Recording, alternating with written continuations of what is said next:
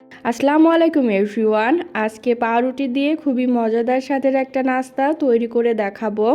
এই নাস্তাটা হাতে মাত্র 10 মিনিট সময় থাকলেই তৈরি করে নেওয়া যায়। তাহলে ভিডিওটি দেখে নেওয়া যাক। প্রথমেই চুলার জালটা মিডিয়াম আঁচে রেখে একটা ফ্রাইং প্যান গরম করে নিলাম। তারপরে এর মধ্যে পরিমাণ মতো কিছুটা তেল দিয়ে তেলটা গরম হয়ে গেলে পেঁয়াজ কুচি দিয়ে নেড়ে চেড়ে হালকা একটু ভেজে নিব।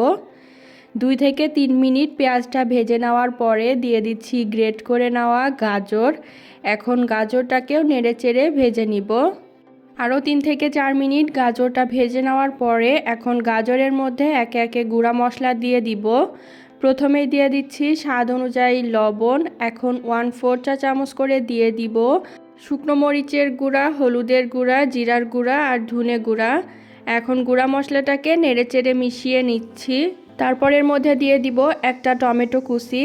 এবার টমেটোটাকে নেড়ে ততক্ষণ পর্যন্ত ভেজে নিব যতক্ষণ না টমেটোটা সফট হয়ে যাচ্ছে। টমেটোটা সফট হয়ে গেলে এর মধ্যে দিয়ে দিব 1 টেবিল চামচ চিনি। এতে পাউরুটির এই নাস্তাটা খেতে আরও বেশি ভালো লাগবে।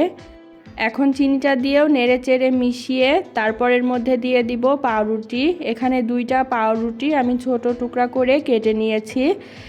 এখন পাউরুটি দিয়ে নেড়ে চেড়ে মিশিয়ে নিচ্ছি।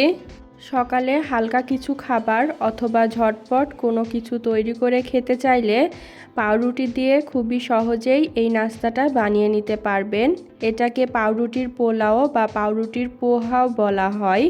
যেহেতু সব রকম মশলা দিয়ে এটা তৈরি করা, তাই খেতে অনেক মজার হয়। সবশেষ এর মধ্যে ধনিয়া পাতা কুচি দিয়ে নেড়ে চেড়ে মিশিয়ে নিলাম। এখন চুলার জালটা বন্ধ করে দিচ্ছি আর পাউরুটি দিয়ে তৈরি এই নাস্তাটা আমি একটা প্লেটে ঢেলে পরিবেশন করে নিচ্ছি।